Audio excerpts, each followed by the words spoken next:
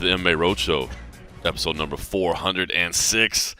My name is John Morgan. Cold Coffee is with me on this just overcast, gray, kind of cold, miserable day in Las Vegas. And Cold Coffee, if I'm being honest with you, I think this miserable, gray, overcast, cold day just kind of sums up what's going on in the world of MMA right now, man. I'm telling you. That is a good way of putting it. That's funny. Yeah, it's like there's a cloud hanging over the start of the year for some reason. I mean, it really does feel that way. I'm thinking, we're going to get together this week for the first show of 2023, the brand new year. We're going to be talking about how much fun we had at Fury Professional Grappling 6. How good Jillian Robertson looked, just absolutely tearing through Rose Namajunas. What great matches we had. I figured we'd be talking a little bit about that, and then we transition into how just incredible the Bellator versus Rizin event was. Bellator got the clean sweep, but as we mentioned going in, I still don't think Rizin should feel like they took an L for that. They had more people talking about him than ever. People got rejuvenated by that. I mean, it was a pride event. You know what I mean? We got to see that again. We got that nostalgia. They were taking the center. I thought we were going to get to talk about that and bask and all that. And then we'd start to set up everything that was going forward in the UFC and things that are about to happen this year. Talk about what looks like your possible return to international travel, which is, getting closer and closer by the day. All those things.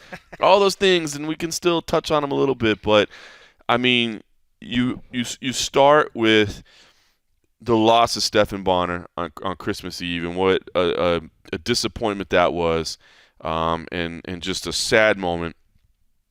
And then, I think about the conversation we had. The last time we remembered being with Stephan Bonner was in person.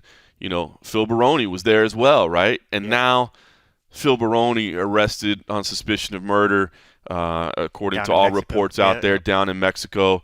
And that's just to fathom that, to wrap your head around it, Do we put that in motion? is, oh gosh, so please tell me we didn't feed that into the world. But that in itself is put my head around.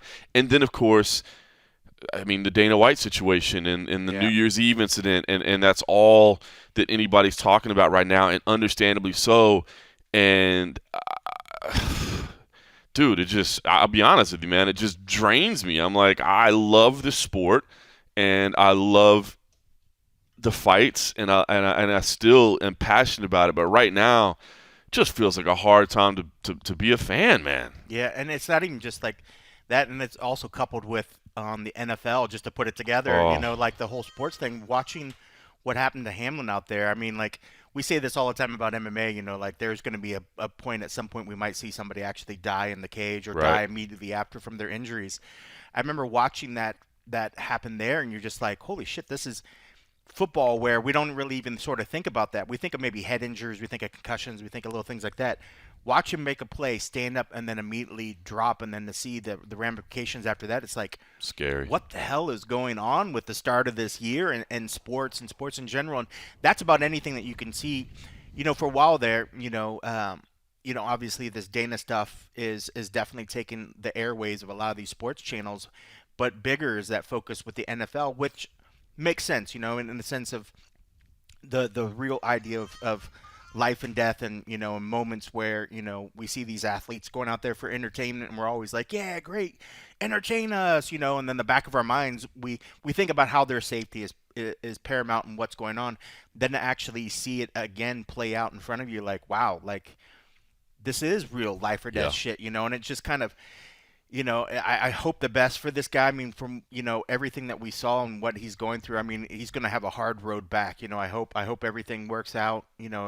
I'm glad that we didn't get already bad news at this point. When I heard that they did the CPR and they had to, we're doing the defibrillation and all the other sort of stuff there on the field, I was like, man, he might not make it through the night.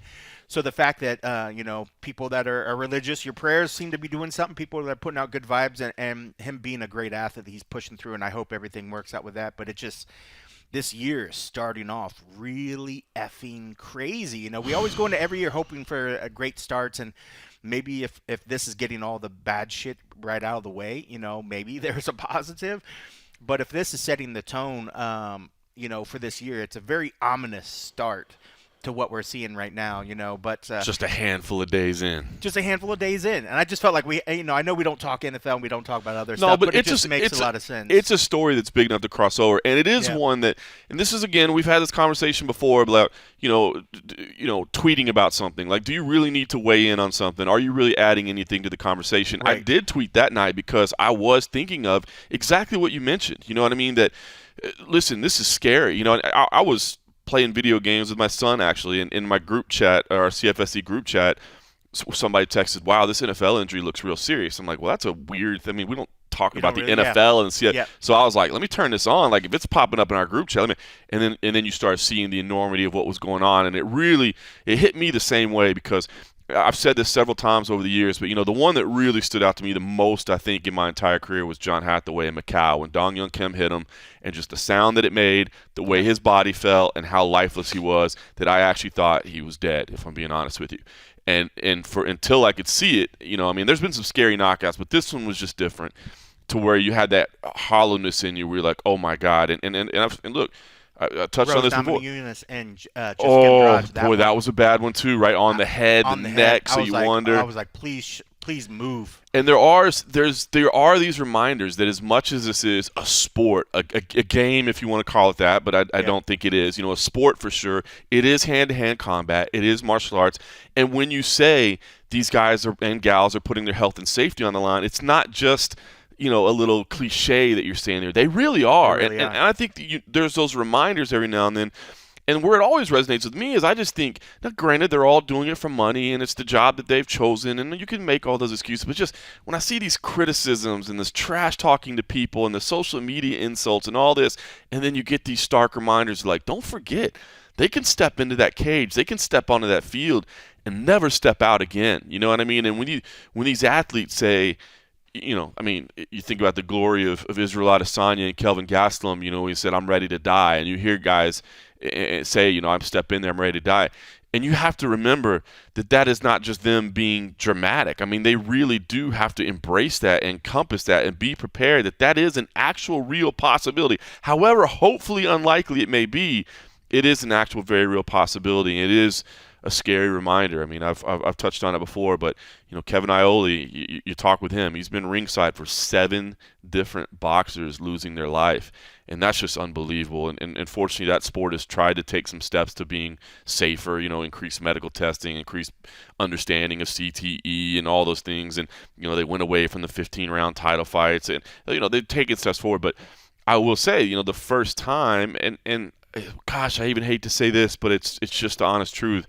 I don't think it's a matter of if. I think it's a matter of when that we have seen. We have seen it on the smaller stage, of course, but I think there'll be a time that we see it at the UFC level or one of these other major levels as well. And it's just a scary thought. And yes, thoughts go out to the entire organization and to the athlete. I mean, that was just a scary situation in the NFL. And as you said, it was like at first I thought for sure Damar Hamlin was gone, and then you hear, okay, no, he made it through the night, and he's improving in terms of his respirator percentage and all that. So it's like, okay, great, he's not gone, but then you have to come to the very real understanding that just because he's not gone doesn't necessarily mean that like he's going to be back 100%, and he, not even a talk of playing, but B, just having a normal life moving forward. We don't know if that's even going to be possible, and that's Right. just Yeah, the fact it's that impactful, man. especially when people think, oh well, I hope he can get back to play the game. Like you got to make sure you can function. Yeah, And even like it was, on the interview that you were listening to a second ago, there might be the possibility that this guy's going to need assistance for the rest of his life. 100%. I mean, it really does make it a very somber, thing where we have to keep that in the back of the mind that while we watch these sports and these athletes for our little side, when we have downtime, when you have a little bit of life where you can carve out those moments, and we watch this, and to think that somebody possibly their whole life is going to change in this moment, it just kind of really just brings it down the moment to where you're just like, wow, like every moment is special, every moment in your life, pay attention to your family, pay attention to your health, pay attention to all the important stuff, because at any particular moment, something, crazy or out of the blue can change all that. I don't know. It's such a crazy topic, and I feel like I'm like, man, I feel like going down a rabbit hole, and it's just like, man, I don't want to take the the podcast down into a Debbie Oh, Downer, well, but we it's just always like, try to make this fun, you know what I yeah, mean? We're not today, but sometimes we're cracking some frosty beverages, got a little coffee right now. for many years, for many years, it was a consistent every time. Now we've kind of slowed down a little bit as we're both trying to get a little bit better in life. But New Year's Eve fucked me up. New Year's Eve and around Christmas set me back. set you back a little bit. Yeah. I can't take hangovers like I used to. Oh, no. Like, I did it like Christmas Eve, and I was like, okay, kid, you did okay. And then New Year's Eve, I'm like, I'm not gonna drink. And of course, I ended up drinking, watching like Buckeyes and watch the Michigan, and then I got all sad and like upset about that, and I drank for like 10 hours at a bar. And then, and I can't even make fun of you. dude, and then the next day I felt like dog shit, and I haven't even thought about even sniffing alcohol since then. Good for you. So I'm just at this point, I'm like, okay, you had your fun, but I felt like it set me back for days. Like even just like wanting to get into the gym, I still did, but I feel like poop. But yeah, Yeah, we try to have fun here is we what try we're to saying. have fun. But this story is big enough, man. I think this was so impactful for everybody, and it could change. I mean, I think things can change. It's certainly going to change the things like some of the things that we're hearing on that interview about brand new players that come in, whether they have the insurance and the means to take care of themselves. I wish I could cite it right now, and I've scrolled way past it at this point. It's a Cleveland sports talk show host, and he brought up some incredible points talking about the fact that, hey, just because he was in the NFL and injured on the field, don't think that automatically means he's covered for the rest of his life, right. because he's not. And you would assume that if he gave his body in the line of service on the football field, that he absolutely is taking care of for the rest of his life, and it's only the right thing to do. And that carries over to MMA. 100%. What happens if somebody gets maimed or severely injured to where they can't physically handle themselves in the cage? What is set out? There's nothing set out by the UFC. They'll say that they're going to pay for their medical. The medical cost is usually the immediate after the fight. But I don't know of anything built in long term for their care because we've never actually seen it. What if somebody is injured such in a fight that they have to be on, medical support the rest of their life, 25, 30 years? I thought Rose. I was when I said earlier, I was like, I was praying for movement. I was hoping for movement. When she took that slam, I immediately thought that she could have been paralyzed the way that she landed on her head. Right. What would have happened at that point? Is the UFC going to step up and say, we're going to provide her with health care or with a care provider for the rest of her life? And listen, I've never heard anything like that. I think they would try to do their best. You're talking about a former champion, a very popular figure, however, I don't know that there's anything guaranteed. And I'm not saying there's not. I have not read the insurance policy word for word. And you made a good point. A high profile versus prelim guy. But somebody on the prelims, throw you some bucks. Are they going to get the same treatment? No, they're not. And this to me, and again, I don't know that it will, but this story is big enough in the fact that we're talking about an NFL game and we're talking about health and safety. And it looked to me like the entire sports world is focused on this and what's.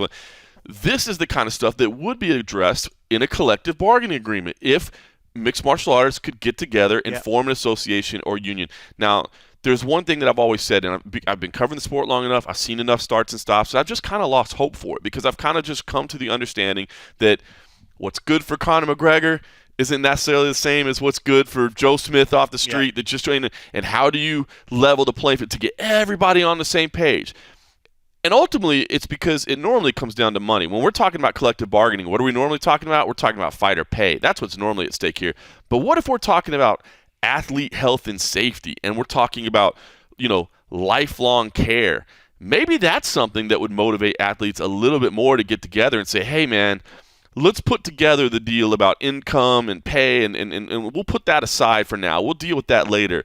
Right now, let's just make sure that we all get on the same page and we figure out some form of and I don't want to say insurance because that's not the right word, but let's ensure that our future care is taken care of should we ever get permanently injured or, God forbid, even lose our lives in the octagon, that it's taken care of. And again, if I'm just being realist, no, I have not. I have kind of lost faith in the fact that everybody will get to be on the same page. But I wonder if this story is far from over, if this could be what gets people together to get on the same, if this could be the rallying cry, if this could be the touch point where people say, okay, I know we're not all agreeing on everything out there, but our own health and safety is enough for us to put our differences aside and to get on the same page. I'm not overly optimistic, but it would be a different way to go about it because the financial side of it hasn't been enough to get everybody on the same page, and I don't know that it ever will be. Yeah.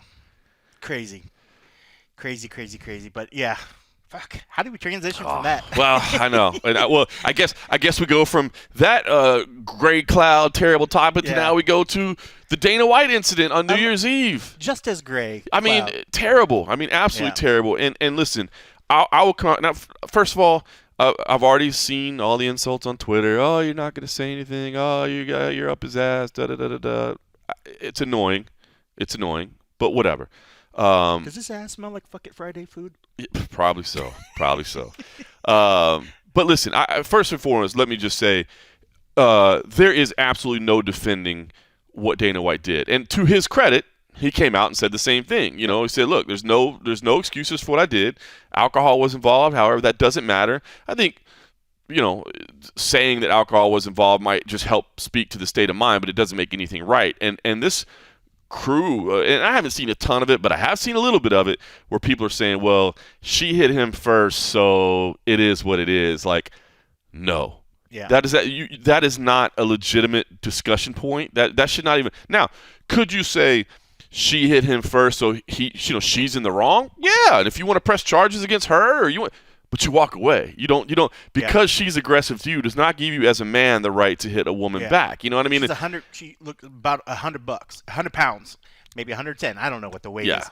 He's a grown ass man. That's what it was. And right, and again, don't be sexist, equality, all that. But let's be honest. You know what I mean? That's not equality. No, you know what I mean? Like that, you just don't. And honestly, I mean, you shouldn't hit anybody. Period.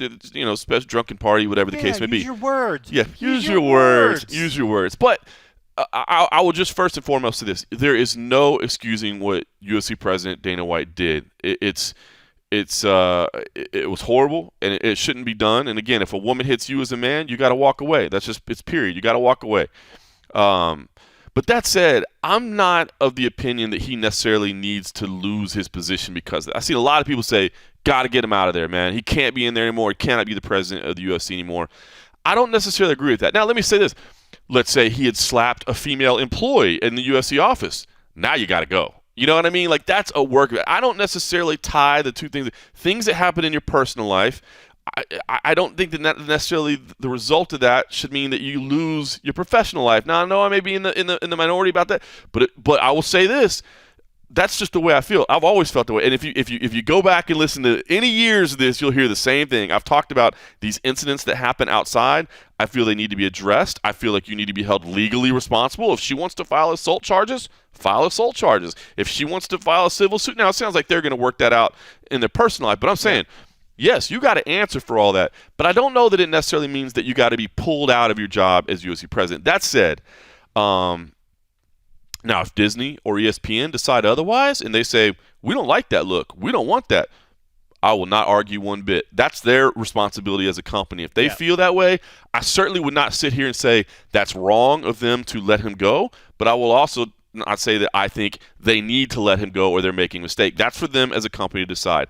What I would say is that I would love to see Dana White personally and the UFC as an organization commit some resources, his own personal time. Obviously, they got a lot of financial things available to them to, domestic violence awareness, domestic violence assistance, whatever you can be to speak out against domestic violence, to help victims of domestic violence. I mean, I'm not saying that you can take this and make it good, but you can at least try to pivot and make something good come out of it. You know, I mean, I can see the commercials in my mind of, UFC athletes just saying, standing in the octagon and being like, hey, what's okay here? And then flash to somewhere else. It's like, it's not okay out here. And I know that's cheesy. Like, I mean, that may not be the best idea, but you know what I'm saying? And I know a commercial, a public service now, I know that doesn't do, but they can do more and they can do a lot more of it. And so, I do 100%. It feels like you have to be on one side or the other, and I guess I'm just not. On the one hand, I do not feel that Dana White should. I don't think the apology from to TMZ should be enough. I don't. I feel like there should be more about it. But I don't feel like he necessarily has to be outed from his job. There's no way he can continue as UFC president. Right. And it just feels like everybody's on one way or the other. Either like, oh, dude, it's Dana and she hit him, like leave him alone, or B, you know, you got to get this guy out of there. And I think it's somewhere in between. I think he should be absolutely be held accountable. I don't necessarily think he has to be relieved of his duties. That said, if ESPN or Disney decides he does, that's their decision as a company, and I can't fault them for it. Me personally, I don't think it needs to happen. And I've said that before. Again, I've stayed consistent with this about this. I don't like bad things that happen outside of work areas, but I don't think that necessarily should cost you your career either. So I don't know, man. It's just a shitty situation, to be honest with you. And you know, like I said, I know education isn't necessarily the key. But like I mean, I teach my kid that. Like, hey, man, I know you go train martial arts, but you don't get to beat people up on the schoolyard, and especially not a woman. You know what I mean? It's wrong. It's wrong. But I don't think it necessarily means like the guy's got to go or the UFC has failed terribly here. Yeah. And it would be interesting. I would like to see something come from the UFC, at least some sort of statement at some point, just saying something. You know, the fact to just be quiet and let the only thing to be out there be this you know, quasi press release on TMZ and this interview that Dana did. You know, I'm glad that he at least stepped up and said something, but it just feels weird that the UFC is not coming out and at least making some sort of point on that. But I think you're right. I mean, I think if there is a point where Dana can put some resources, especially his own time and money, into these sort of things, I think that's the best avenue. I'm not sure about the PSAs with the fighters, because I think as long as Dana's still at the helm, people are going to be like, this doesn't ring true, because you have fighters saying one thing, but then you just slap the wrist of your president. But I mean, I think it is good that they put money, that they did do something. But I think if, you know, a lot of people have said, you know, if they want Dana to be gone or whatever, you know, I don't think by just removing him from his job is going to do anything to help the situation. But I think if he did self sort of step back and took some time away and volunteered some time at maybe at a domestic abuse center, maybe him and his wife both go in there. They're definitely, when I watched the video, you know, Amish, I first did notice, I saw her slap and I saw him retaliate. But then you watch the video a couple more times, you see her sort of having a moment. He comes over, he grabs her, she slaps him after he grabbed her pretty strongly. So then it's like, okay, did she initiate it or was she just responding to him? You know, that definitely looked like there was a moment where an argument that was definitely alcohol fueled got crazy and out of hand. But regardless of whatever, if she slapped you, you just don't retaliate back. You just suck it up and have one of your friends separate you two. You don't immediately lash back at it. But I would think it'd be a great move if Dana was not the active face of the company right now. Do I say he doesn't need to be the president? No, I'm just saying don't go out and go to press conferences. Don't go out and don't do any PR work unless it's you going out and saying, hey, by the way, I'm going to this domestic violence thing and we're going to spend some time. I'm going to talk to some people. I'm going to donate some of my own money to this thing. I want to go, you know, me and my wife are going counseling. I would love to see a thing saying that him and his wife are going counseling. But what I don't need is him coming out and promoting UFC 283 or promoting, you know, the event in Brazil. I don't think he should travel to Brazil, even though he said he was going to go to Brazil. I think his time and his focus should be on this and covering this. But that doesn't mean he's going to do him any good for just him to lose his job. I think the caveat that you laid there is perfect. Because I heard something, and I saw like Kevin O'Leary had a column. He's like, I think Dana should step away briefly, right? Yeah. And I started thinking about that, and I understand what he's saying. Like, and to his point, Kevin is trying to say he should be held accountable, right? Right. But I started thinking about, what does that mean he steps away? There's events he doesn't go to now. You know what I mean? It's not. So it's like stepping away. Okay, so what? Dana just doesn't show up. So what? And it's not like, okay, but we're suspending him without pay. So what? You know what I mean? He doesn't. So that's what kind of bothered me about people saying he needs to step away and be out of the limelight. I'm like, well, what does that accomplish? There's events that he doesn't go to now. It's not like it would be any different. Right. But what you said is spot on. He doesn't. He steps away for a little while, and in the meantime, while he's doing that, the appearances that are made are, hey, by the way, we're going to counseling. Hey, by the way, I'm going. Yeah. Can you imagine? No fuck it Fridays, dude. If you know now, you know. Like, stop all that stuff. I agree with that. Stop that stuff for a while. My wife, my wife is very involved in the community here in Las Vegas, and twice in the last month or so, and maybe it picks up around the holidays or stuff because people are together, I don't know, but twice she's had to, and I'm not names or anything, but she's had to solicit like food and clothes and household items for women who have had to get out of abusive relationships. You know what I mean? Have made the decision to leave their house, and in both cases it was for the safety of their child, which is scary. I mean, oh my God, I'm gonna get emotional now. Like my wife talking about it, like. hearing that a kid is scared of his dad. You know Yeah. what I mean? Like, Yeah. that's bad. Yeah. That's really bad. But to the point is that, you have these shelters and, you Right. have these. Can you imagine the amount of resources that the UFC and Dana White personally could lend to situations like that Right. where people can get back up on their feet when they have to Right. step out? That's what I want to see, not pull him out of the UFC. That's what I don't get. That guy needs to go from the UFC. What does that accomplish? It Right. doesn't make anything in the world better. It's just you're saying that guy's out. Do something that makes That I makes know an actual that difference. makes a difference. That can do Right. something good in the world. I think there's a way to do that, and I mean, it would ugh. certainly be a better spent time, but I agree with. I mean, like he just needs to step away. I mean, that doesn't mean you can't match make behind closed doors. You can't have your board meetings and can't do all the other stuff that you need to do to run the company. But focus on what matters. If you're going to be out publicly facing, you need to be covering and fixing this what happened. You need to fix your relationship, just the public face, because in a sense you just put a huge mark on his career, his legacy. And not that people are like, oh, who cares about Dana's legacy? I mean, but just as anybody, as a person, you make mistakes in your life. If you could fix your mistakes and try to overcome that, you're going to do a lot of good. So, I Yes. mean, I think if he can not worry about, like, as I jokingly said, like the fuck it Fridays, the But who you it's know, so whatever, but it's like so just tone deaf, stay right? away from that stuff. Yeah. It'll be The tone last deaf right thing- now. The last thing you want to do next week is see a fuck it Friday or like if you don't know now, you know. It's like, bro, because then all the memes are like, well, bro, what don't we know? What don't we know goes on at home? 100%. All this other stuff. Again, I agree. I don't think just having him walk away is enough, because what does that really do to help the problem? It doesn't do anything to fix the problem. All Yeah. it does is somebody's like, ha, yeah, We got him. we got one, We got him. we got him. I would rather him just take time away from the day-to-day Would that- operation. would that change the culture of the promotion? Would that help Right. improve anything? Would that? No, you got you just have a very rich man who will live in his extravagant Yeah. life anyway. Right. Would he be any more encouraged to actually, if it's like, hey, we're going to let you stick around, but you got to do this to show us you're serious about this. You got to go to counseling. Right. You got to take part in community service. Like, that to me is way better than saying, you know what, dude, you're out. Now go take your super wealthy ass and go sit on your yacht and regret all of this. Yeah. You know what I mean? Like, oh, I'll be all right, thanks. No. Prove to me you want to stick around. You know what I mean? And what would be great is if they immediately just jumped on it and started doing that, people would stop talking about it. Right. It's going to be on the airwaves. It's going to be, people are going to be talking about it, because people are like, people are just mad. People are angry. People saw something that totally disgusts them. They want to see a fix to it. Right.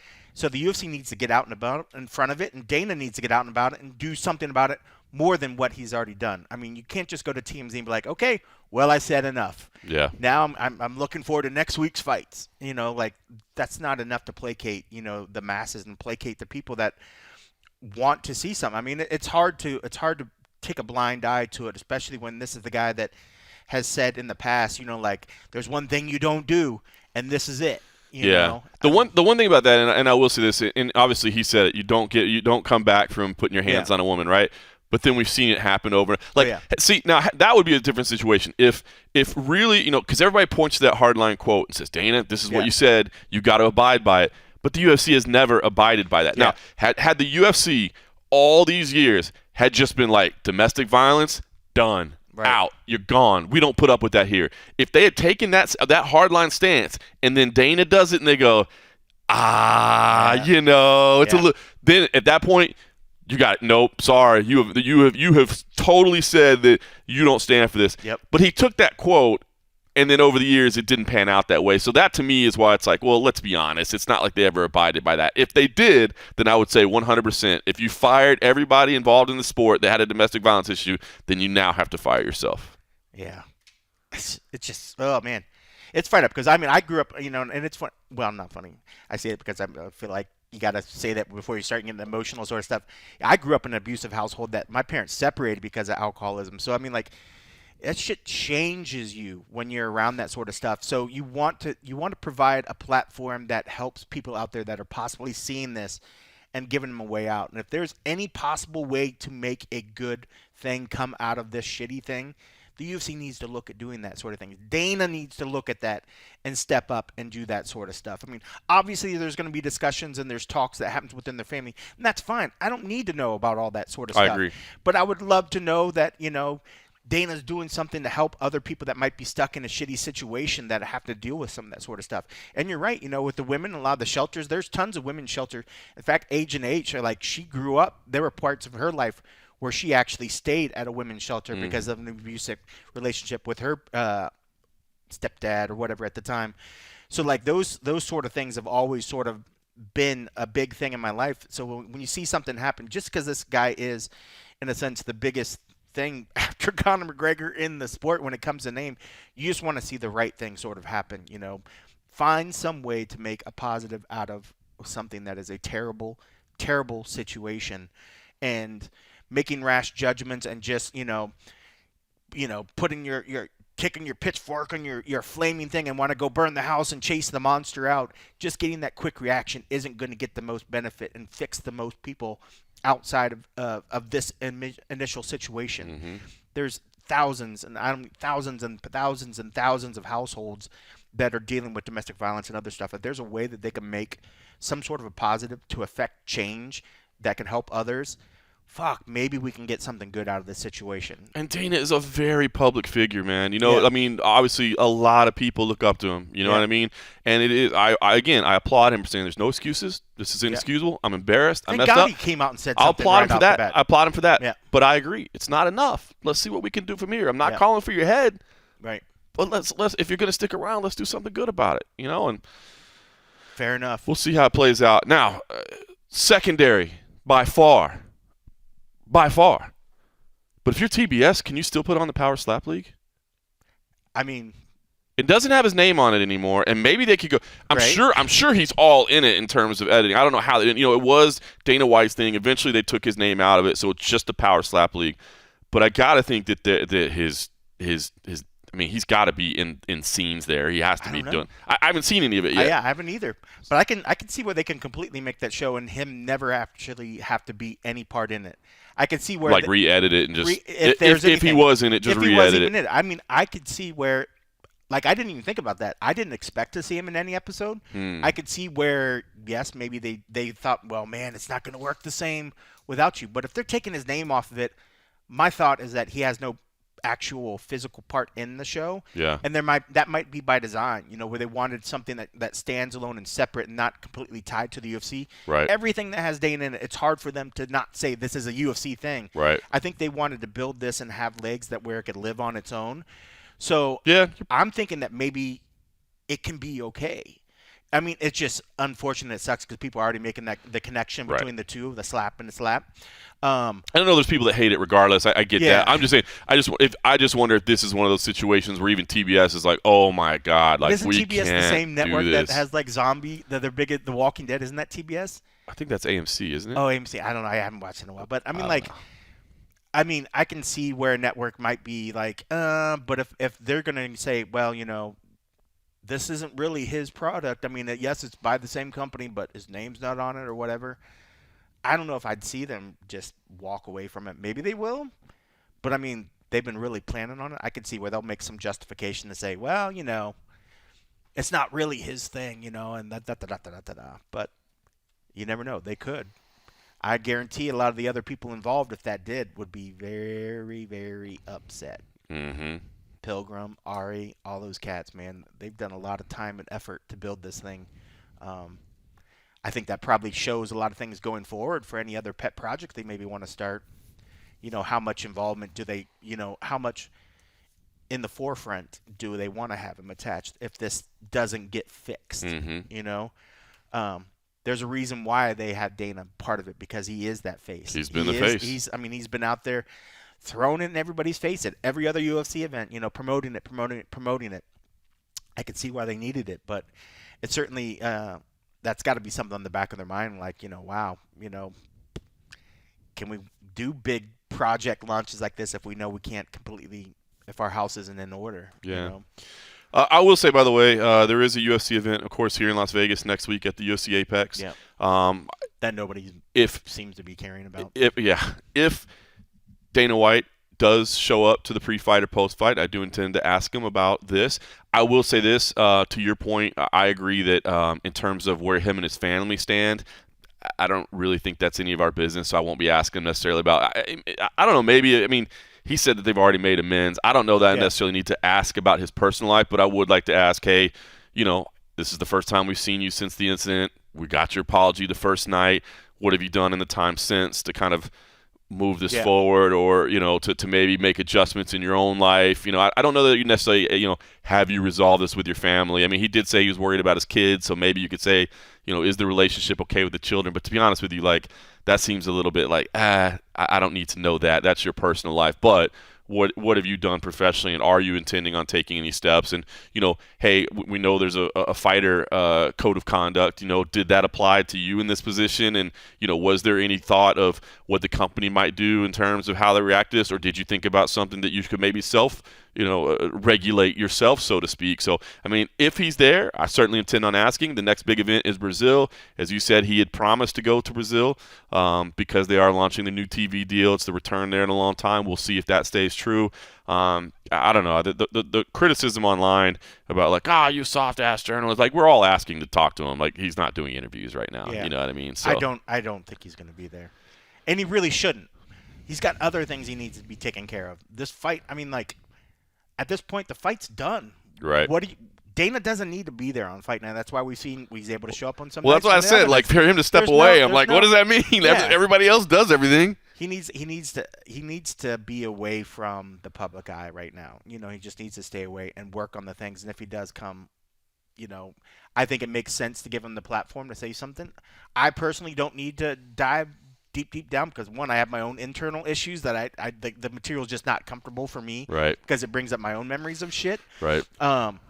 But it doesn't mean I'm gonna not record it if somebody asks the questions, and it should be good to give them that platform. But I mean, do we need to be that guy that couldn't drop the Stipe Miocic, heavyweight question in the back to just be an ass, and keep driving? Because then at that point, then the night just shuts down, right? Because then at that point, we might not get any other answers. I mean, I think you got to ask it if he shows up, but also don't drive it to the point where nothing else is able to be asked because he'll get upset and just leave or whatever. And I'll say this, and I think anybody that listens to this podcast probably knows, because we've talked about this a little bit before, but like, press conferences are the worst place to ask a question where you want a real answer, okay? Yeah. For a number. Now, I will say the post-fight ones, like at the Apex, where it's a little bit smaller, or even at the pay-per-views, where it's just where it's not the big audience thing. But when you're talking about the big stage, the dais, the crowd, that is the worst place to ask a question if you want a real answer. Number one, Dana can't hear very well, and he can kind of use that as an excuse to just be like, what? I don't even, and give a different answer.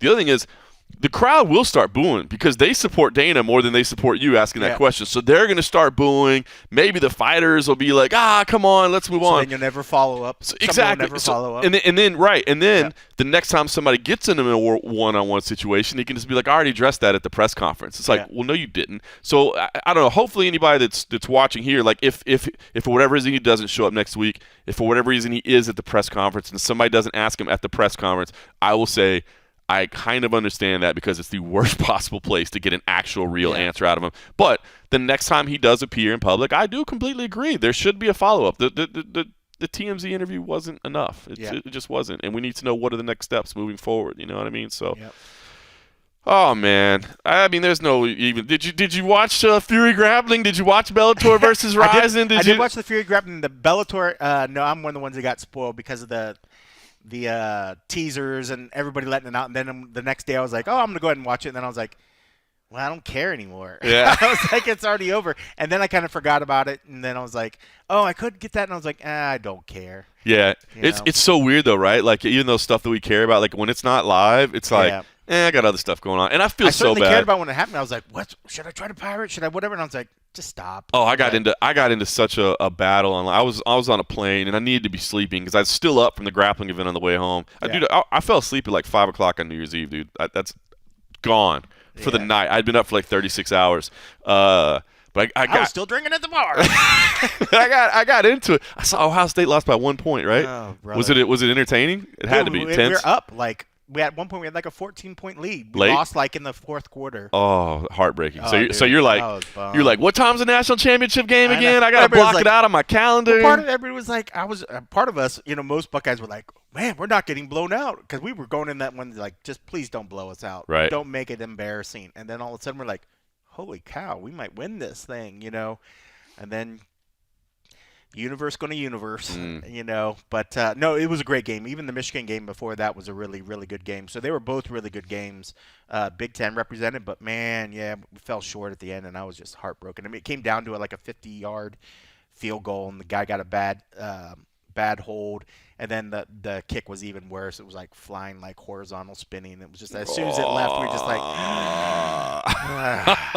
and I was like, another beer, please. Oh man! In fact, give me a tequila to go with it. That's crazy, man. That's crazy, dude. I saw the score and I didn't see any of the game whatsoever, and I was like, oh no, Coach Coffey's gonna be heartbroken, man. I was bummed. But yeah, so I was getting into it on Twitter because I saw a lot of people coming at Bellator for like, I can't believe Bellator screwed this up and they put this on tape delay. And I'm like, guys, you realize that nobody at Bellator was like, hey, Showtime, can you do us a favor? We really don't want this thing to air live. Can you please make sure that it airs via delay? I mean, there's television contract. First of all, it's a Showtime deal, number one, but it's also a Ryzen deal, number two. They have their own TV deals out there. They're trying to sell pay-per-views, even though these are the hurdles of co-promotion that we talk about, that we say, hey, man, co-promotion is awesome, and we stand for it, of course, and we hope that it happens. However, please do understand that these are the type of business operations that make this thing difficult. So, I don't know. I wasn't trying to jump up there and be a white knight for Bellator or whatever, but I just felt bad that everybody was kind of hammering them. And I'm like, dude,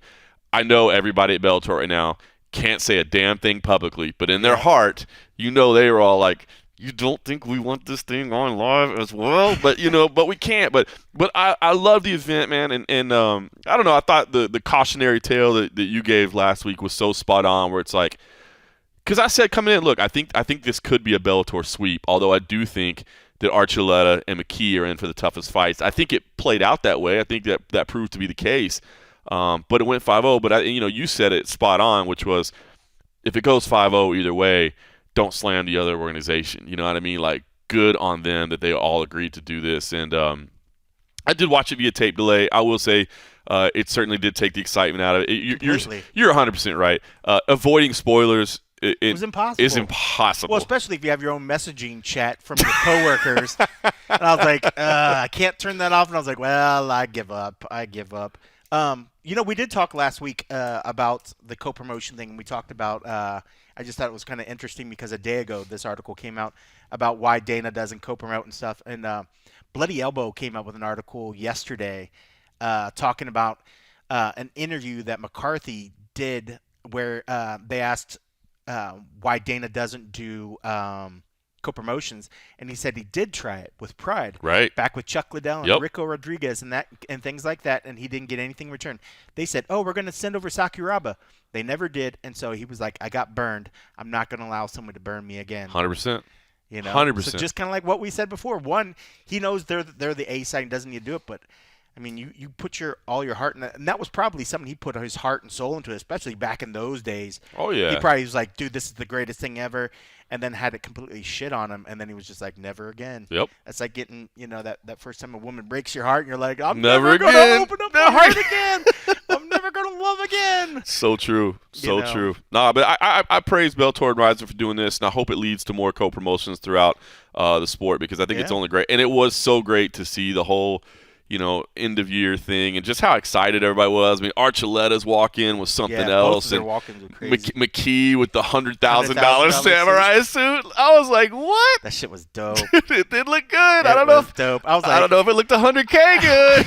I was like, if he wore that as Halloween for the rest of his life, he's still not going to get $100,000 worth out of it. He did say, so I interviewed him this week. I know he talked to a lot of people, but he did say, and I don't know if he repeated it everywhere. I know he mentioned the $100,000 suit, but he said that, like, he's going to set it up in his man cave, and he said he got, like, all the athletes to autograph, like, the book, like, and he's going to cut the pages out with their autographs and, like, frame it behind it. And Thank God you said book. I was going to say, if they signed the suit, I would just be like, bro, Sit down. Let's talk. Let's talk about Yeah. value and keeping things with a value real quick. Oh no, man! So it was cool, man. AJ McKee, he wanted to go all out, and he did it. So But yeah, good for Bellator, man. They showed up, man, and I know Coker. You could see in his face just oh, how proud he was. Proud, yeah. Dude, that trophy that they had at the end, how effing cool was that? Now, okay, now this is going to be silly of me, right? But as they're sitting there, the thought that did cross my mind is, how the hell do you get that home? Oh, you don't. It just stays there. It's going to stay there. Okay. I would imagine. Well, maybe they'll change it. Maybe that'll be the trophy that passes. But Right. I mean, granted, yes, silly. They have the means. They could ship it back. But I mean, like, geez. I know the cost of delivering the trophy. Just like, here, why don't you just leave it here and Yeah. just know that engrave my name on it and keep it here. You know, what I mean? We'll just trade it every year. Go back and forth. We'll just change the plate or something. You know what's going to be funny is, so here's what's going to be interesting. I'm interested to see, because it did feel like there was positive fan reaction about this. Like, people were excited about it. Yeah. That's what they were. Now, when Rising comes to the U.S., do you think there's even going to be close to the amount of excitement? Because at that point, you're no longer talking about fighting in a ring. You're no longer talking about being in Japan on New Year's Eve. Now you're just talking about 5 dudes from this Japanese organization It's the coming strength of over. the organization. It's the strength of the promotion. Yeah. Like they were in the perfect area that had a great fan base, and that's what we said about co-promotions, being able to introduce somebody to your fan base. Rising's got a huge fan base over there. Bellator, you come back to the States, then it's back to the number 2. I know. I mean, just look at any Bellator fight. It's not like at a Bellator event. Their great big tentpole events are very, very cool. Adding Rising fighters is not going to change. It's not going to do anything for it. It's not going to change that level already, because most people were like, "Who?" I know. I know. I would love to see it, and it makes sense just to be in. It just fairness dawned to on do me it thinking back about and that. forth, Yeah, but, because they want to come over here because, hey, we want to do it in a Bellator cage, but it really did They dawn on me. should. Maybe they should go back over to Japan and have Bellator put on the event in Japan. Maybe that would be the better that play. would be a better play. Like, hey, it's a Bellator cage. We're doing the Yep. production. We're doing our stuff, but it's in Japan. That would be a That might might be the better play, right? Because And then then no there would tape still, delay. yeah, and then no tape delay because Yeah, it's their event. because it's Bellator's event. I think that's probably the play. That would be 'cause the smarter play. if you bring them to the United States, I agree, because I was like, the whole thing about this event was it was awesome in theory and all that, but at the end of the day, most people didn't really know who the opponents were. You know what I mean? 100%. So if you bring them back over here, I just don't think it'll 100%. work. I don't think it'll work. I think it makes sense to keep it over there, but yeah, to swap who's actually in the league. But we get And to then- air it live. It's our cage. It's Yeah. our production. It's on Showtime. It's whatever. That might be tough. I mean, because they might still try to push back, like, without our market, without our broadcast deals, is it really going to do well in the state as well? Because Right. all that lead up and stuff is going to be on the networks over there. Yep. It's not like they're going to be like, okay, we're going to show up, we're gonna have this event here, but all the promotion's going to be over in the States. They're still going to be promoted on the same partners and stuff over there. I mean, it's going to be tough, but I do think for the better chance for them to have any sort of legs to make it worthwhile, it's got to be over there. I agree. It's got to be over there. I agree. I think that's the way to do it. I will say, if you didn't check out Fury Pro Grappling 6, do that. It was a fun event, man. It was fun. So many UFC athletes on the card, and just have a good time. We ended up with some drama behind the scenes, man. There was a little weigh-in confrontation that Phil Rowe. I think Phil Rowe's Instagram clip of this thing is up to like 7 million views, which is crazy. So it was a lot of fun, man. Definitely, I think it's worth checking out the replay, especially since, look, we still got another week until major events. There's an LFA this week on Friday. There is Muradov Pro Fight League is on UFC Fight Pass as well. The debut of that organization from over in Uzbekistan is this weekend, but the real major events don't start until next week, so maybe it's worth checking out your time. Now listen, I've been going back and forth on my ideas as to whether or not we should be airing guest interviews and that sort of thing, but I wanted to share this one with you because I had a chance to speak to Jeremy Luchau, who is somebody that I have known for a long time, who's a manager working with Iridium Sports. And I met him years and years and years ago, over a dozen years ago, as part of Tachi Palace fights. I actually broadcast a couple of events out there, and we covered it in the early days of MMA Junkie. And so what I wanted to do was play it because I think there were some really interesting discussion points to be had about the business as a whole, and just, man, what it takes to get athletes from something small to something big, which is really a passion of his, and you'll hear about this. I love the passion that he brings to the table because it really mimics my own in a lot of ways. I think, finding grassroots athletes and seeing them chase their dream, that's what we get to do at CFFC. I absolutely love it. So here is my conversation with Jeremy Luchau. It is my old friend, Jeremy Luchau, the managing partner of Iridium Sports Agency. And Jeremy, man, you have played, I think, pretty much every role there is to play in this sport. But, man, did you ever see yourself being in the position that you're in now? Was this something you were ever working towards? Not something I was working towards. I just really, when I first started doing MMA, I just kind of just enjoyed the people and, and enjoyed the sport and just made a lot of friends, and it kind of made work real easy. You know what I mean? It's funny that you say that because I always joke with people that I've done everything in MMA minus ring girl. you have, man. And it's crazy, right? The way this journey started, is it accurate? You were a reporter at the time and you took an amateur fight just to write about it, and that's what triggered all of this? Yeah, I was a reporter for the Hanford Sentinel newspaper. Christian Printup would often call and looking for sports coverage. I mean, this is 15, 16 years ago. You know what I mean? There wasn't a lot of MMA sports coverage at the time. And one of the days he just was like, "Hey man, I got this idea, we're going to have you train for a fight. You know what I mean? You could record it in the newspaper." And I was like, "Man, I don't know. I've never done anything remotely close to this. I was a football guy, you know what I mean? Soccer and stuff." And I reached out to my editor and he was like, "Man, it's a great idea. Like you should do it." So I actually trained for 18 months and I lost, I think, like 60 pounds, and trained for 18 months at several different gyms. I did like lots of, different types of storylines along the way during that time, and I actually fought professionally my first fight. And then I did it two other times, and then it got beyond the point of it being a story anymore. Like if I'm going to continue doing this, I need to really devote time to it, and I just didn't have the time because I had kids. So I was just like, man, let me move on to something else, you know what I mean, in the sport and see if I could do it. And at that time, Christian asked if I would come work at Tachi in their events department and, kind of specialize in mixed martial arts for them. So that's what I did. And obviously that's where our paths first crossed with the Tachi Palace fights. I mean, obviously the legendary former home of the WEC, but then you guys were operating events. And by the way, I mean, we broadcasted a few of them when I was still with MMA Junkie at the time, and I thought we put on a couple of really, really good cards. But man, can you just talk about, because I think there's probably I know there is a generation of people that just don't understand. That's kind of like hallowed ground, man. I mean, there were some amazing fights out there. What was that time of your life like for you? I mean, honestly, like I kind of didn't know what was going on, right? Like it was Christian left the Palace and they were like, "Hey, we need someone to continue doing MMA." And I had only been working there for maybe 8 or 9 months, you know what I mean? And I was still very new to the sport. So I kind of liken it to like I got to kind of learn on the job and learn as a fly as I went. But at the same time, there was lots of tradition there. You know what I mean? I had lots of people's brains that I could pick, you know what I mean? And people were very serious about like, "Hey, don't mess us up, man." You know what I mean? There's a lot of tradition here. The fights have been going on for a long time here. We expect high level fights here, And so I just did I just immersed myself in like lots of video, and I started watching video of fights all over the country, and I would just scout guys and try to get guys to come out to Tachi to fight because I wanted the best guys possible there, and it was a little different setup there,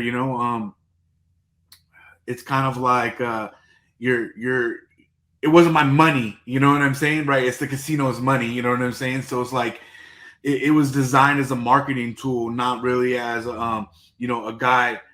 So the budget was different. You know what I mean? We're able to spend money on fights and get guys to come compete there, and it made sense to put super high level UFC quality fights on there. Because we were able to pay guys well enough to do that. So it was a really exciting time. But I also just remember it was, I was a little bit of an asshole back then because you know what I mean. Like I really didn't know what I was doing, and it was like I think over time I learned a lot of compassion and stuff like that for the guys and managers and fighters and things like that. You know what I mean? So a lot's changed for me since that time frame.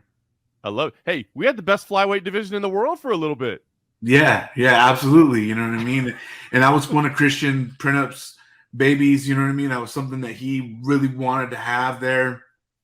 And it just so happened through that process, I got to meet a lot of those guys, and they were great guys. And I was just like, man, I'm going to continue this. You know what I mean? I'm going to continue to try to push for this division. Pretty incredible, man. It's still, I'll be honest with you, it's still one of my favorite divisions. Now, obviously no longer with that organization, but you still are promoting fights at this point, right? 559 fights. Look, not an easy job, right? The job of promoter and running an organization, at any level. But I mean, is that something that you've done, as a business interest or more of a passion interest? I do it strictly for the community, and I do it strictly for my staff at this point. I never thought that I would get to the position that I am with Jason at Iridium, to where like you could actually make money as make a living doing this. You know what I mean? So I don't really need to do 559 fights anymore. But the people that have been with me for 5, 6, 7, 8 years, those people do still need it. You know what I mean? So. And I think it's something that the community still needs. There's not a lot of fights in the area anymore. I know that A1 is coming back and doing a show at Tachi, but there hasn't been a lot of professional fights in the area, and it's just something I really love and enjoy, developing talent. Like that's like my passion, and so to be able to work with guys at the lowest of levels and say, hey man, getting your blood work on time might be the most important thing you do this fight camp. You know what I mean? Or hey, speaking to this media outlet and being there on time for an interview might be one of the most important things that you do this fight camp. I think there's so much more to mixed martial arts than going to practice every day, eating right, weighing in, and fighting. You know what I mean? And people really just don't know how important all the things outside of that can be to a promoter, which is the guy that's paying you, right? And the guy that wants you on the shows. You know what I mean? So I really try to give my guys at 559 Fights an inside look on what promoters are really wanting, so that they can develop good habits, so that when they do go fight professionally, I always have promoters call me up like, man, this is the most professional guy on the card, man. His medicals were done 3 days after he signed his contract, So those are the types of guys that I try to build and create for not only Iridium, but, moving on to the next level as well. That's so awesome, man. That's such great insight, man. And that's the truth. It's maybe not the most exciting part of the sport, right? But it's such a valuable part of it. And you talk about developing talent. I mean, you guys have placed over 100 athletes into the UFC, which is pretty phenomenal. And I think you touched on a lot there, but I guess I kind of want to ask you what I guess your mindset is, your approach. Like, how do you guide? Because, boy, I think there's a big difference between just, getting a guy fights and finding them a place to compete versus actually managing somebody's career and developing them, right? There's a huge difference there. So I guess, you touched on some of the important things there, but what is kind of your mindset, your philosophy, and how you guide somebody from regional level to, I'm going to get them into the UFC or one of the other major organizations? Right. I think the special thing about Jason and I, when we came together, was that there were so many high-level managers at the time that were dealing with the top of the top, the cream of the crop guys, right? So to find where our value was and where we could, kind of carve out our little spot in the MMA world, was really focusing on developing talent at the regional level. And to Jason's credit, it was kind of his vision at the time and just something I was passionate about. We went all in on that. You know what I mean? And I think going all in on, hey, we're not going to chase after the 10-1 guys. We're going to try to get with this 1-0 kid, or, this 2-0 kid, or whatever the case may be. We went all in on that. And so really it was about developing relationships, right? Starting to work with guys when they're young, when they actually need the help. I mean, a guy doesn't really need that much help getting into the UFC when he's 10-0. A guy needs help when he's 1-0. You know what I mean? So really at that time, and even to this day, you know what I mean? Our focus is on, hey, let's find the high quality characters, guys that are willing to invest in getting medicals done on time, guys that are willing to invest in learning how to speak to the media, working on their social media skills, all these other aspects outside of fighting, and we've done a good job. And I think that's why we have over 100 guys, right? Because we invested in those guys, and those are the guys that came up with us. You know what I mean? There's a lot of agencies out there that are they're fighting agencies, right? They put your name on an email list, you know what I'm saying? And that's great if that's what works for you, you know what I mean? But for some athletes, that doesn't work for them. You know what I mean? They need some attention. They need someone saying, hey man, this is the reason why we're picking these fights for you, or why we think you should take less money to fight this guy versus taking more money to fight that guy. And be able to give those guys the explanations. I think there's so many guys right now, so many agencies out there that don't really give those explanations to guys because they don't have the time. And fortunately for Jason and I, this is all we do. You know what I mean? We're not selling cars on the side or doing real estate or, whatever the case may be. So I have time to speak to 40, 50 guys a day and tell them why, hey, this is why we're doing this and why we're making these moves. That's so awesome, man. And I know that you're also, like you said, you're always looking for talent that you can develop. So you're looking at guys that aren't even in mixed martial arts yet, right? I mean, you're looking at collegiate wrestling. And oh, by the way, just so I can make myself feel old, your son is wrestling in college right now. Am I accurate with that? Like, yeah. I remember this man in like elementary school, and now it's insane. Right. Yeah, I think I always have been looking at collegiate wrestling and looking for athletes over there. But it was hard to develop relationships with those guys because, being in college, they couldn't really talk to us too much. You know what I mean? There wasn't a lot we could do for them. And then from there, they were going on and pursuing their Olympic dreams and stuff like that. So now with the opening of all these NIL deals, we're able to reach these guys at an earlier stage in their career, develop a relationship with them, offer protection in a way too, because some of these guys don't know what they're signing, right?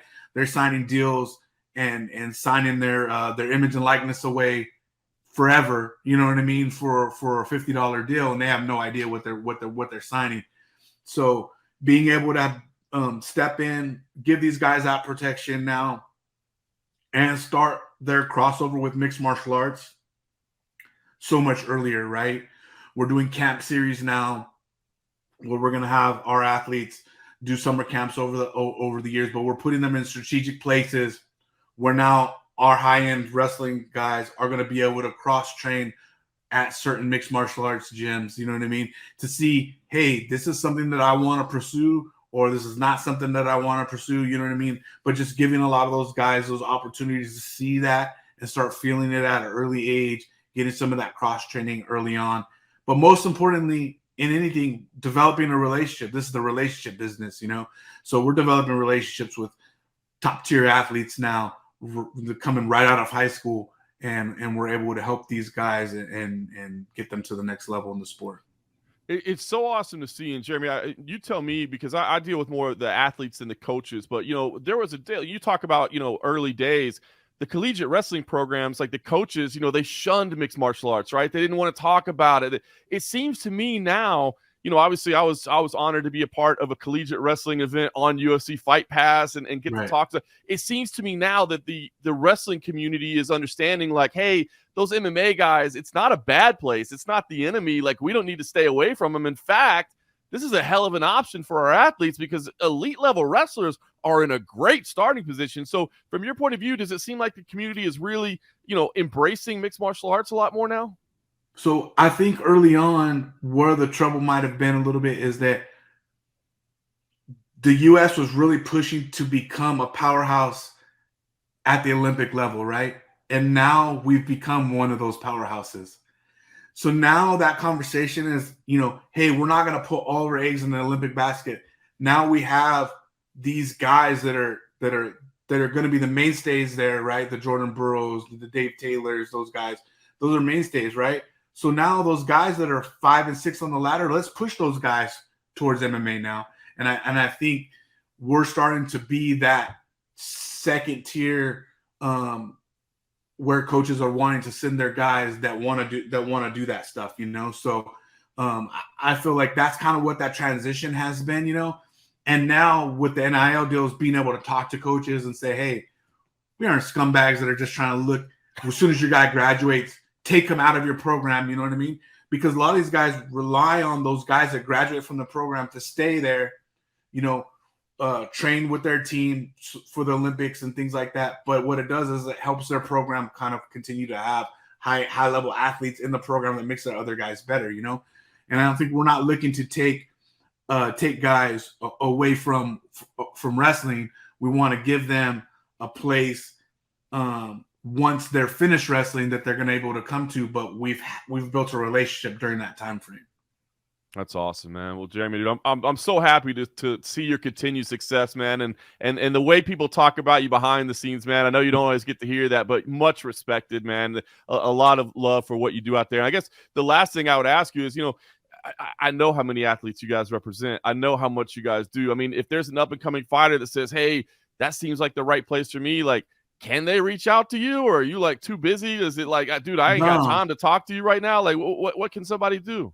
I'm never too busy to have a conversation with somebody, especially an athlete that's looking to get to the next level, whether they sign with me or not. There's plenty of guys that never signed, and I continue to help them to this day because I just really love seeing guys get to the next level. Like that is I don't do any drugs, I don't drink, I don't do anything else. That's my high. You know what I mean? Like, man, watching a guy like Alex Perez from fight 0 all the way to fighting for a world title, the Ricky Simone's fight 0 all the way to being a top 10 type guy. You know what I mean? So I love those types of things, man. So any guys that are interested, I'm down to hear it.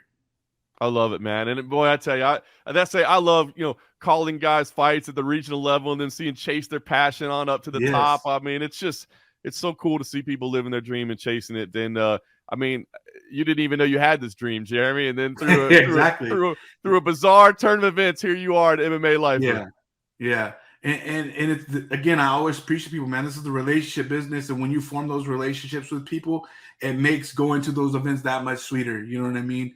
I never have a day where I'm like, man, I don't want to get out of bed and do this. I'm always, boom, out of bed, ready to go on the computer, searching, watching, trying to build careers and stuff like that. So, those are the types of people you want in your corner, obviously, right? Because they love and care about you. You know what I mean? If you're not in the back shedding tears with your guys after they lose, then you're not in this sport for the right reasons, I believe. That's so well said. Awesome. Jeremy, man, congrats on everything and congrats on what's still to come. You guys are building an amazing organization over there at Iridium, and just friend to friend, man to man, dude. I'm happy to see what you've been able to accomplish and wish you nothing but the best moving forward.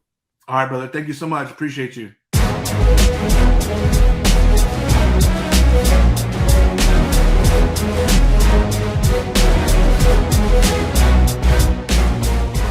All right, that was Jeremy Luchau of Iridium Sports Agency.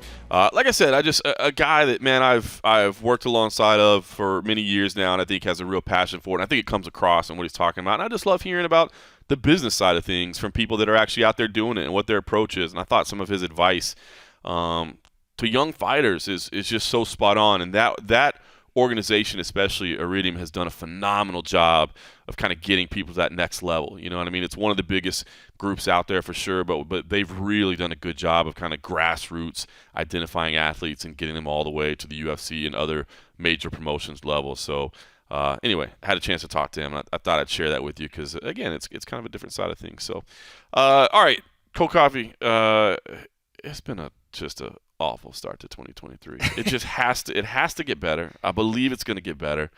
There's a lot going on, man. One championship, of course. We've talked about the moves that they've been making. They're going to make their U.S. debut, which I think is huge. Obviously, the Amazon Prime thing continues to be big here in North America. Yeah. You got the PFL that's going to launch the Challenger Series again here very soon. So, normally we think about having to wait until later in the year, but, they're about to come hot and heavy with those Challenger Series cards here in just a couple of weeks. The UFC is getting back to it. Bellator is going to network television. There's been discussions for a while that maybe they could potentially change ownership. There's been discussions that maybe they could change up their TV deal, which don't want to take a shot at Showtime, but I would love to see Bellator maybe get on something a little bit more. How many networks have we seen them on? A lot. So a lot. Many. A lot. It's like a yearly thing, it feels. It's crazy when you think. They started on ESPN Deportes back in the day when you think about really going into it. But, yeah, I would love to see them not behind the premium paywall channel, man. I just believe, and again, it's that double-edged sword, right? Because Showtime, it's all under the same family, but the economic show that the money moves from here to there, so you need that. But I think the viewership on some of these other platforms would be better for them. I don't know that's necessarily a full-time premium cable, but listen, they got that changing, and they're doing a big show in LA here in February, and I don't think I'll be there. there's a lot of good things to look at. Yeah, I don't think I'll be there. I think I might make the drive out there to LA. You're gonna cover MMA? You're actually gonna go on site?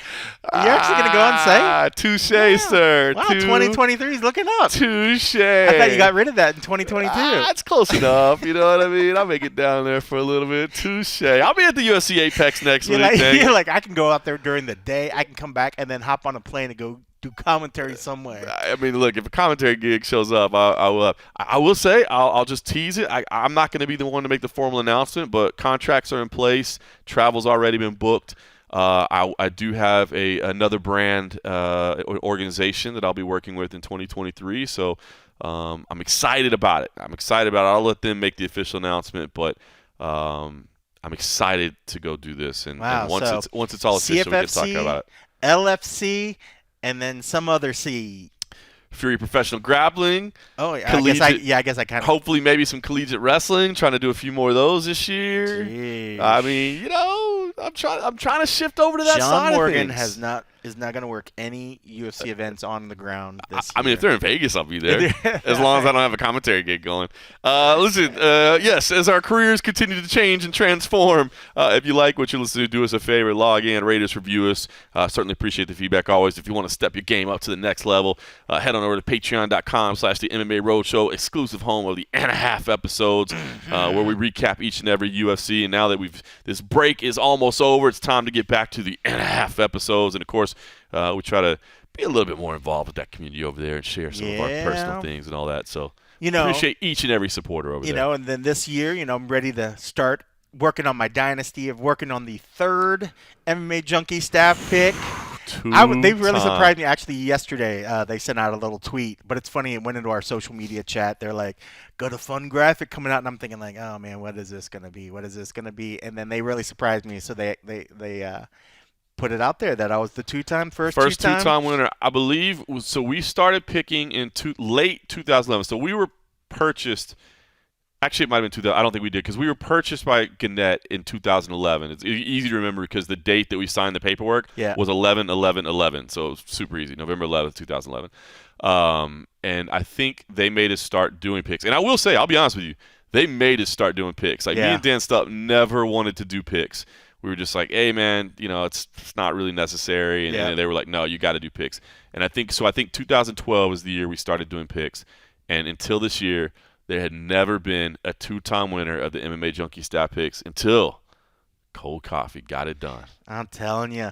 And then they put that tweet out, and it's funny. Then Anik laid in, and I didn't even think about that.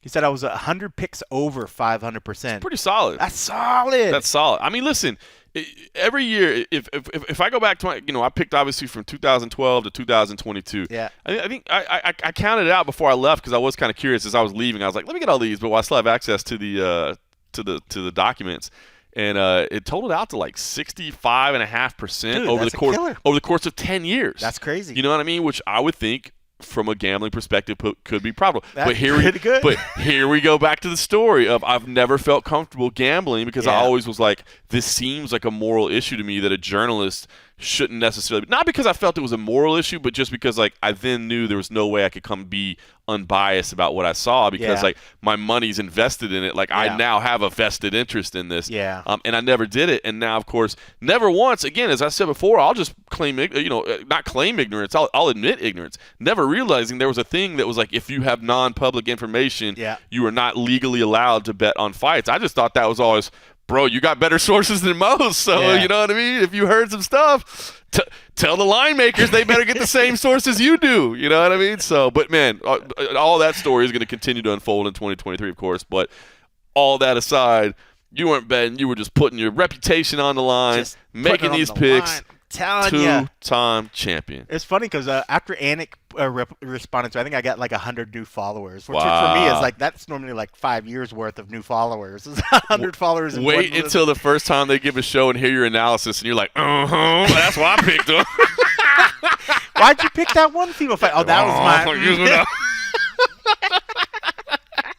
They're like, this is the dude we're following. You guys, if you followed me for your gambling picks, it's probably not the smartest move. I mean, unless you want my pervy you picks. have a track record of success. It's just true. if you really dive into the process, you might like the amount of time that Cold Coffee spends breaking down film versus the amount of time Dan Tom does. There's probably a minor difference in process. There's a slightly different, but. Hey, I mean, everybody's got their winning ways. You know? I love it, man. I love it. Well, congratulations to you. And now, dude, that. I mean, you could go for the back-to-back. You could go for the first three-time winner. Both. Dynasty. Both. Dynasty time. Being built Let's here. do this. Let's do this. Well, listen. It's still gray and cold outside, yeah. But somehow I have found a way to not be in such a gloomy place right now. I believe 2023 is going to be looking up. Yes. And we did start gloomy. Now I'm feeling positive. I'm feeling better now. Feeling better now. We talked it all out. It was a good therapy session. We appreciate you joining in. Hopefully it helped you all as well. Hopefully this year improves. And thanks for listening.